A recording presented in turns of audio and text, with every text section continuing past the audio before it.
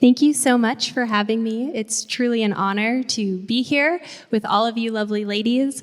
Happy Easter, Christ is risen.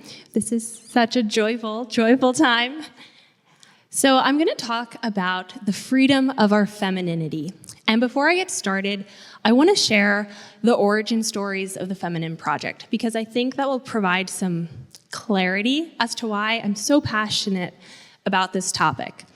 So a few years ago in 2018, I realized that if someone came up to me and asked me to describe the word feminine, to give a definition, what do we mean by the word femininity? I did not have an answer. I knew it wasn't pink sparkly shoes. I knew it wasn't a costume or an affectation. But what did it mean? Because we all have different personalities, we all have different gifts and different strengths. So when we're talking about the goodness of our femininity, what exactly are we talking about? And as an English major, I realized, oh goodness, this is terrible. I have no idea. We should be precise in our speech, and yet am I really precise in my speech if I'm using this word and not sure what exactly it means? What is this gift that God has given me? And at this time, I would talk to this one priest, and he would always say, go to the Blessed Mother and pray to be the woman that God calls you to be. Ask her for your guidance. And so these two things were kind of going on at the same time, and I realized, Mother Mary, I need help. I don't actually know what we're talking about as Catholic women when we're saying femininity is good, right? I feel like it's everywhere. It's in the Catholic bookstores, the Christian world, but what are we talking about? And so what I did is called up all the women that I knew, and I said, hey, why don't we get together? Let's read. Let's go back to Scripture. Let's look at what the church has to offer. And then let's go to a nice winery or a nice restaurant and talk about it. And that's what happened. And the neat thing is that it sort of built a sense of mentorship, because we were having young girls and grandmothers show up. And we were encouraging each other and lifting each other up. And every time we'd leave, someone would say, wow, I really needed that. I really need that support in my own journey to being the woman that God is calling me to be. And so it's like, well, I think we need to do something about it. And we turned it into the Feminine Project. When my daughter was born, one of the things that absolutely shocked me is the number of people who would come up to me on the street, people I'd never seen before in my life, and they'd pay some nice compliment. Oh, is this your first? How sweet, so forth and so on.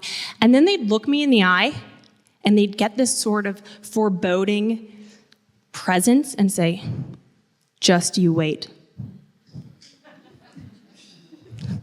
So it's like, oh, okay. Just you wait. One day, the sweetness will be gone. The drama, you have no idea what you're in for.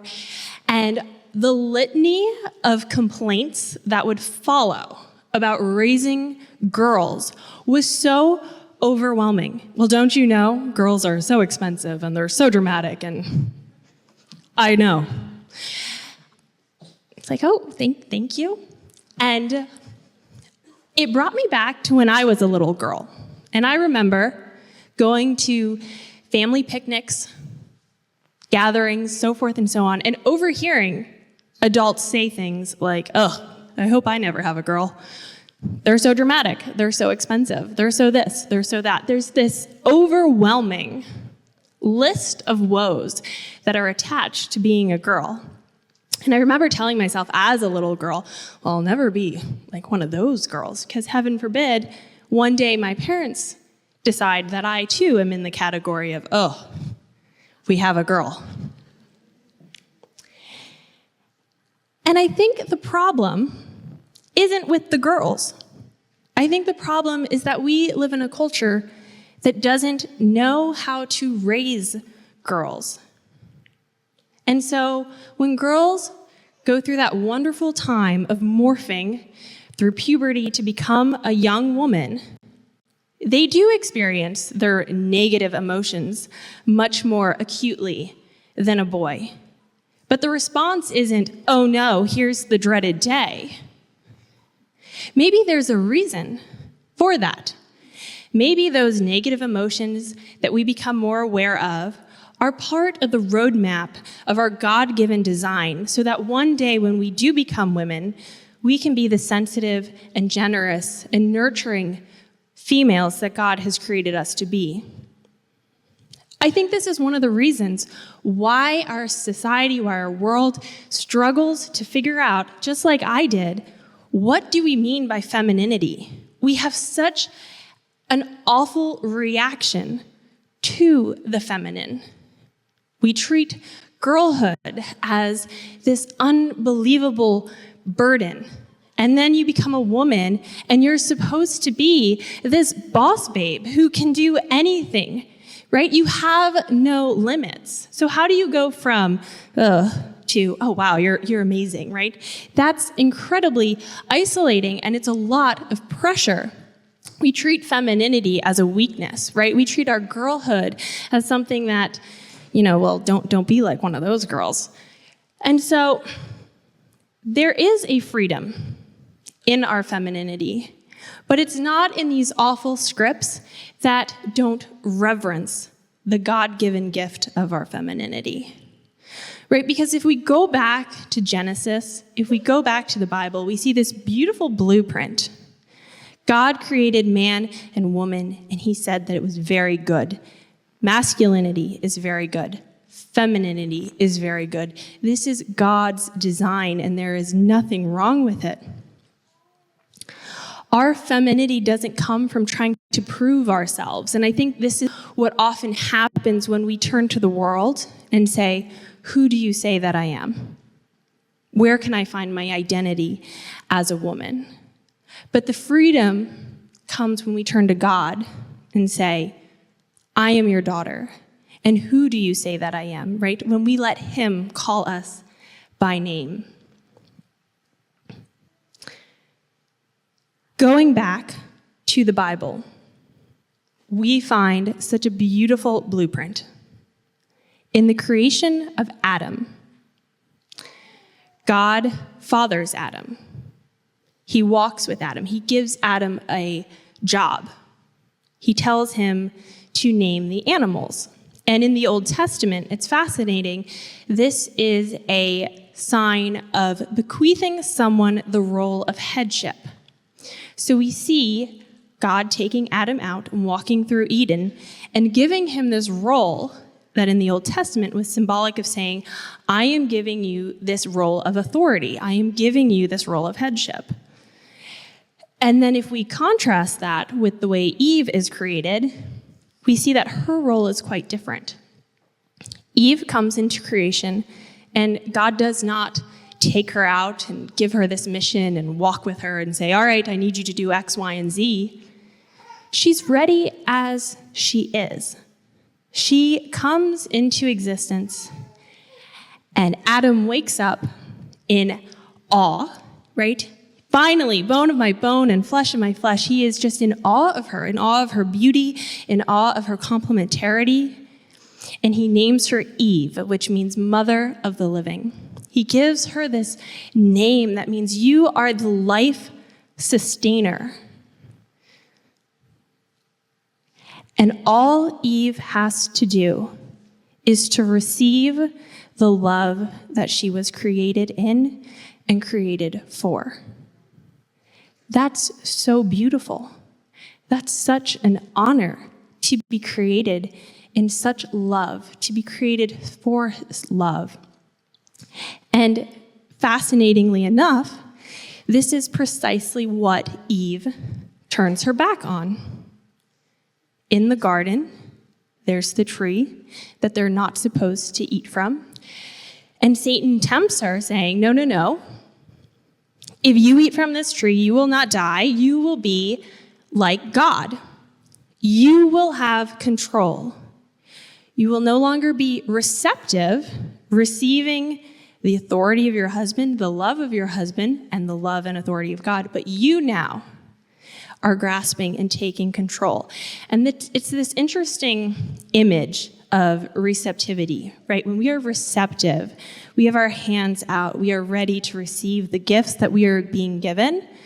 And when we choose to be controlling, we close our hands, right? They're clamped shut. We're no longer willing to receive because we're saying, my turn to be in control. I want to control this. And so that's exactly what Eve does. Why I think it's so important to return to sacred scripture when we are exploring what we mean by femininity is because we see the blueprint, but we also see the same struggle that we are dealing with today. Women are tempted to deny that receptivity. Being receptive in today's world is often viewed as being passive, as being weak, right? We have this sort of image that the feminine, submissive woman is incapable of everything. And so we push away from that and say, no, you need to take control, right? You can do whatever you want. There are no limits, which is ridiculous. Everything in life has a limit. We are finite creatures. And the reality is that our limits are our superpowers. To illustrate, say you have a toddler, and your toddler comes up to you and says, you know what, Mom? All these rules that you have for me, they're pretty oppressive. Your toddler has a fantastic vocabulary, by the way. And I don't like being limited. So I think my room is my space, and there are no limits. I should be able to do and live as I want, as I please. And you think, wow, my toddler is so brilliant. This makes so much sense. Yes, of course. Have at it. You do you. There are no limits. You can live as you want. So, a few days go by, a week, 2 weeks. You think, I'm going to go check out my little toddler, see how he's doing in his room. That has no limits. It must be fantastic. And you open the door, and this putrid smell just whacks you in the face. Your foot comes down on a Lego piece. It is pure chaos in there. Food, clothes, everything. Trash. Good heavens, is that a rodent? It's awful, right? And you look at this and think, wait a minute. I thought we were supposed to be creating something that was so freeing. But all we have is something that's oppressive, truly oppressive, and pure chaos. See, limits provide us with the parameters that we need to flourish. Without the correct and appropriate limits, we live in anarchy, we live in chaos, right? We try to make the impossible a reality, and all we do is invite a big mess. This is true for absolutely everything.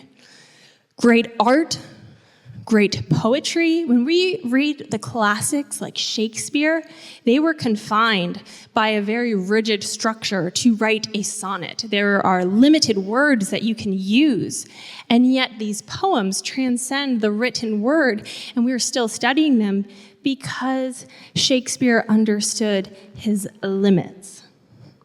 So unlike the script that our world gives us, which is don't let anyone tell you that you have limits. Don't let anyone tell you that you can't do whatever it is. Recognizing and humbly accepting our limits is also recognizing where our strengths lie. It means recognizing where our superpower is, where we can do great things, where we can bring about real, good, lasting impact in our home and in our community. Our culture is desperate for limitations. While people are aching for freedom, they're also aching for those limitations, right? The correct parameters to live freely away from the chaos. And so we need to reclaim the reality that our femininity, it has its limitations. We are not men, and men are not women. But that's a good thing, because when we start to recognize our own strengths, we start to recognize that where our strengths lie, that's where we find the weakness of men. And where men have their strengths, that's where we find our weaknesses. And so we start to build this beautiful complementary dance, and instead of pitting men and women at odds, we start to say, wow, how good it is that you exist. This is necessary, this is beautiful. So where did we go wrong? When did we start to wage a war, if you will, on our femininity? I think sometimes we think of it as, second wave feminism and something very recent. But I truly believe that if we look back in history, we're going to see this divorce from the goodness of our femininity happened a lot. It goes way back. I mean, granted, we could go all the way back to the Garden of Eden, but I think some of the very important historical events that we need to look at and evaluate would be things like the Industrial Revolution. So the Industrial Revolution is fascinating because we actually see a really strong hit, if you will, or attack on the family. Because once upon a time, society was more agrarian or artisan-based, and so you had the family working together. Women working, men working, but they were together within the home, working for the goodness of their home, for their little kingdom. And then with the advent of the Industrial Revolution, what happens? Well, a lot of work becomes replaced by machines. Whose work? Women's work. A lot of the women's jobs were taken outside of the home, replaced by machinery. And then as a result, you start having the husband, the man, getting up and going to work. So it's interesting because I think today we think a lot of it as, the man leaving the house is the very traditional structure. But if we go all the way back, that was a very big hit, if you will, on the family, right? Because all of a sudden you have dad's not home, dad's going to work, and the woman's job has been replaced. And this just creates chaos, if you will, because the upper class woman becomes a primary consumer. She's no longer a producer. And the lower class woman might have to go to work in these factories, which are not healthy, right? They're very difficult. She's not in a wonderful condition. It definitely wasn't taking into mind her needs as a woman. And so when we start to see the advent of first wave feminism, it really placated the upper class woman because she was now she was primarily a consumer, right? She may have been involved in charitable work, but she didn't have an economic role. And she starts thinking, well, I would like to be able to produce, right? Because if we're just consuming, I think we have that problem in our world today. A lot of us have become consumers, right? And that breeds a sense of, I don't feel fulfilled, right? There's something missing. And so what happens is they start pushing things like we would like to have prestigious roles, like roles in the clergy or roles in law. And so this is sort of the backstage for first wave feminism. It's really plucking the upper class woman saying, all right, how can we help her? Where the woman who's working in the factory is saying, yes, something has to be changed, but please take into consideration that I don't want to be treated just like a man because I'm in a very difficult working environment. Another thing that's going on historically at this point would be the French Revolution. A lot of the original feminist thinkers were deeply influenced by the French Revolution, including Mary Wollstonecraft. So a lot of times we herald Mary Wollstonecraft as being this wonderful, wonderful leader. She wrote The Vindication for the Rights of Woman. She was very much an advocate for the education of young girls, which is a good thing. That's a wonderful thing. But taking note from what they were doing in France, she was also anti-marriage. She was also seeing fertility as something that's unfortunate for women, right? We shouldn't have to be mothers. We shouldn't have to bring children into this world. We should be able to, they didn't call it free love, but essentially she was promoting free love. And we kind of lose sight of this when we think of Mary Wollstonecraft. She was very much influenced by what was going on in France, which was very anti-authority, very anti-church, very anti-God, very pro-hedonism, like flagrant immodesty came out of the French Revolution. It was a wild, wild time. So what does that mean for feminism, that first wave feminism? It means that there were real problems going on. The family structure suffered a tremendous quake. But the answers that were given, that were provided, weren't universal. It didn't help all women. It specifically sought to assist the well-to-do woman who was tired of being a consumer.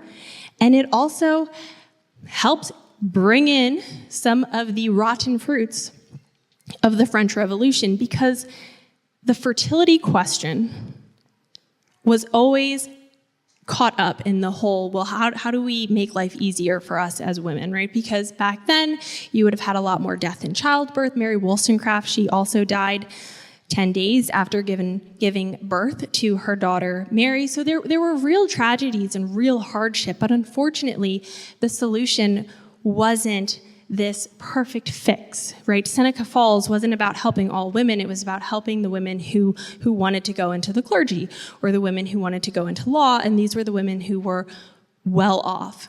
And so I think we lose sight of that. But this was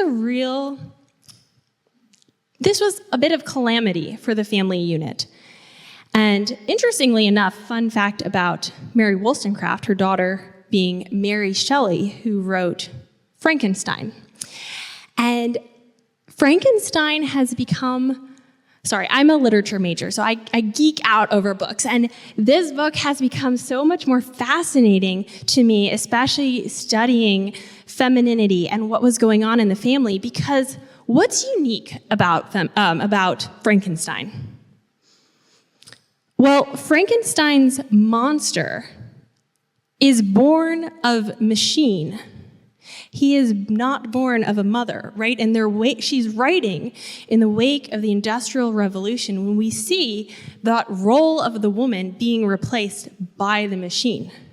And so you see Frankenstein comes into existence, his monster, without a mother, without a woman.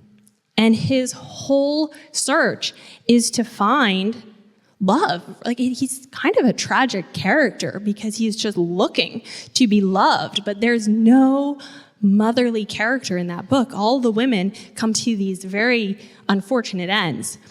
So, fun little caveat. Moving on. So what do? We have total chaos happening in history. What does that mean for us today? Well, I think it's important to recognize that these wounds, they're not new. They are embedded into our history. They go so deep. So to uproot them is not going to be easy, because we are going against years and years and years of a repeated script that there is a problem with our fertility, right? We see that culminate in the 60s with the advent of birth control and then the push for abortion and all of these evils, right? Where instead of saying, how can we make life easier for the mother, we just prioritized the single woman, right? Or with first wave feminism, we prioritize the well-to-do woman. It's never been universal, but we've been taught that it's always been good. But unfortunately, it's left these gaping holes, and I think as a result, it's also left gaping holes within our own heart. There's just something that we are still searching for. And I think that's why, if you've ever noticed when people call themselves a feminist, they usually explain what kind, because the term in and of itself isn't sufficient. It's, I'm this kind of feminist, the good kind. I'm the feminist who's promoting this. And so there's a lack there. And I think we know it because we have to explain what kind we would be, but we're too afraid to say it because we recognize that there is a war on woman.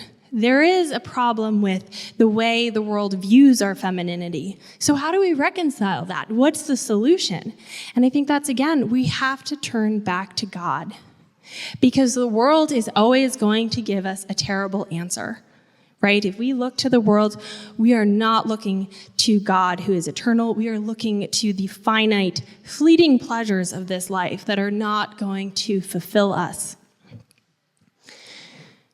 So, I believe we turn to the Blessed Mother, because when we look at the story of Mary, we see perfect receptivity. We see the answer of, yes, thy will be done, right? She is the new Eve. So where Eve said, no, I want to be in control, so my hands are clamping shut on this apple because I want to be in the know, Mary said yes, right? Mary said yes to God. And this isn't just some nicety, like, oh, that's good, we should all say yes to God. That's wonderful. I would do the same thing. Mary said yes to so much suffering. She said yes to having her heart pierced. She said yes to seeing Christ die on the cross. And I know for one in my own life, I run from suffering as soon as it comes knocking. I very much look for the out. And so when we were looking to Mary, to the Blessed Mother, and her role of receptivity, there's something that goes against our desire for comfort, right? Because I think that's where that desire for control comes from. We don't want to be afraid. We want to know what's coming next. We want to feel safe.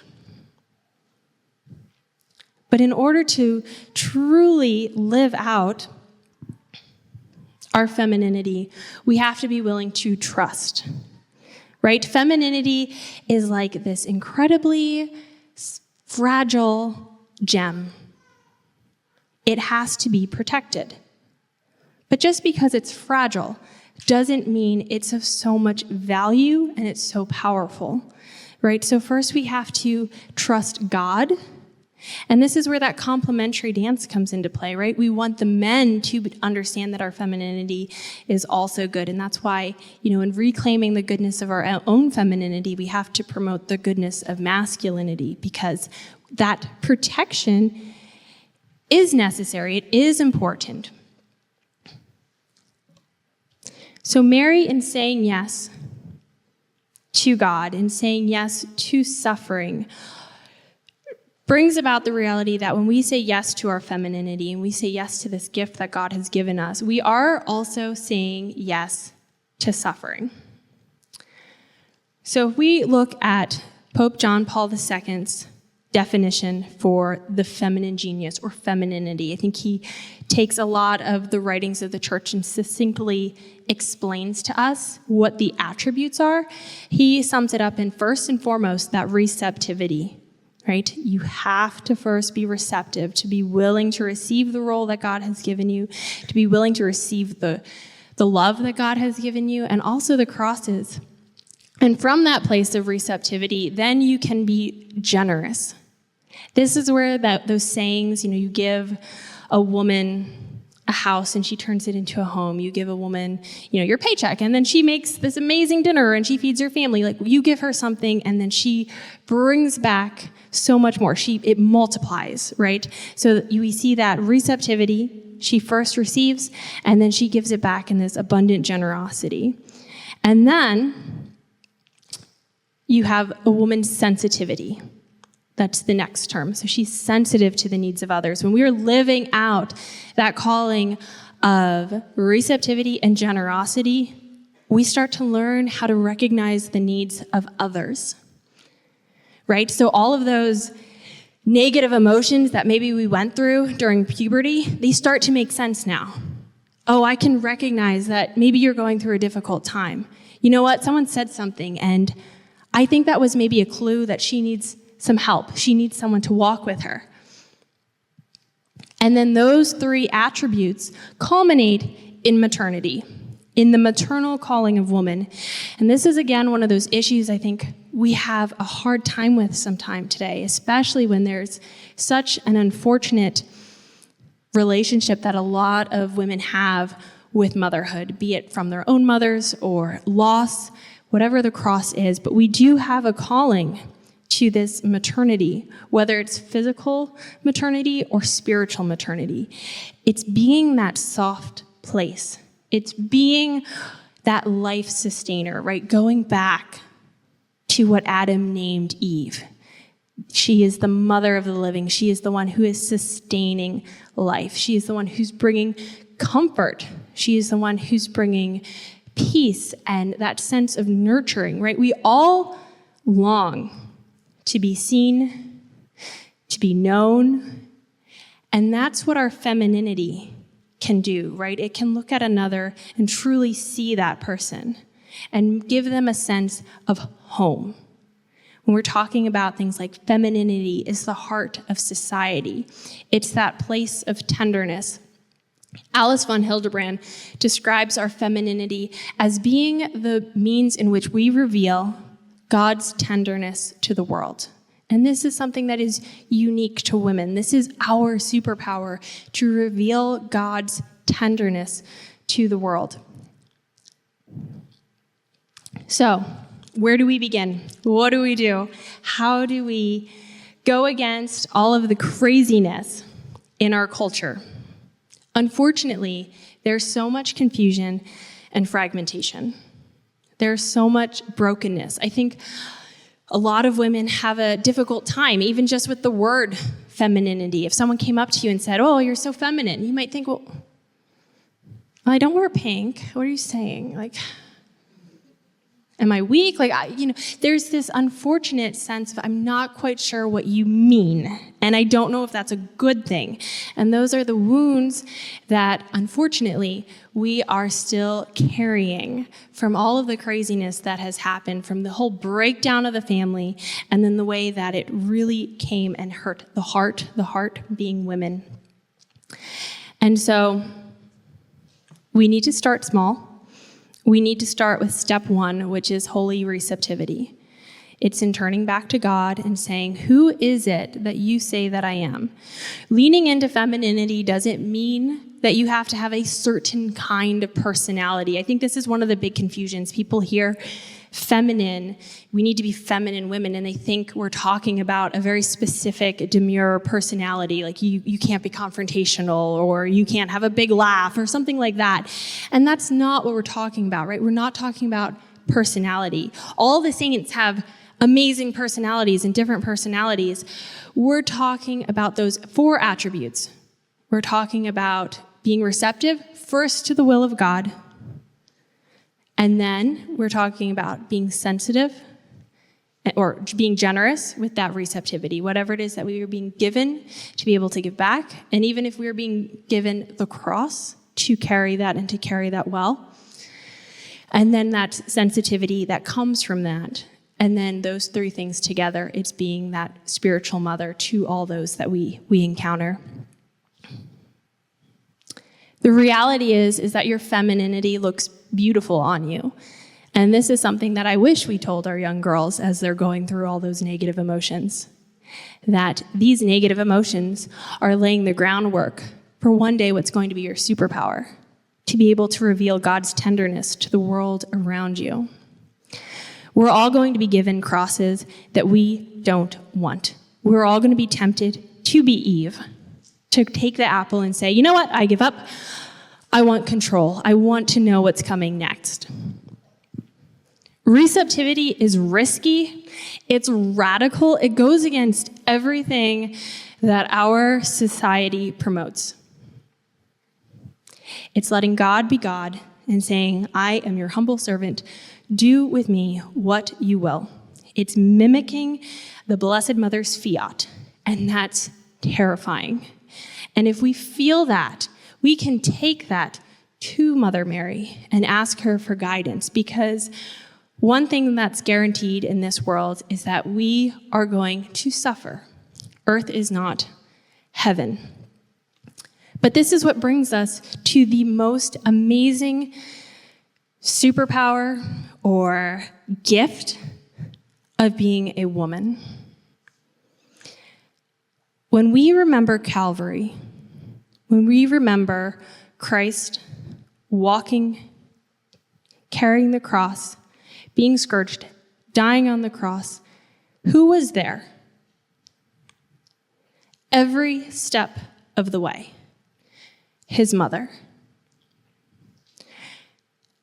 When we go all the way back to the wedding feast at Cana, and Mary in her sensitivity, recognizing the need that there needed to be more wine, that they were out, and she goes to her son, and he reminds her, he says, once I do this, it begins, right?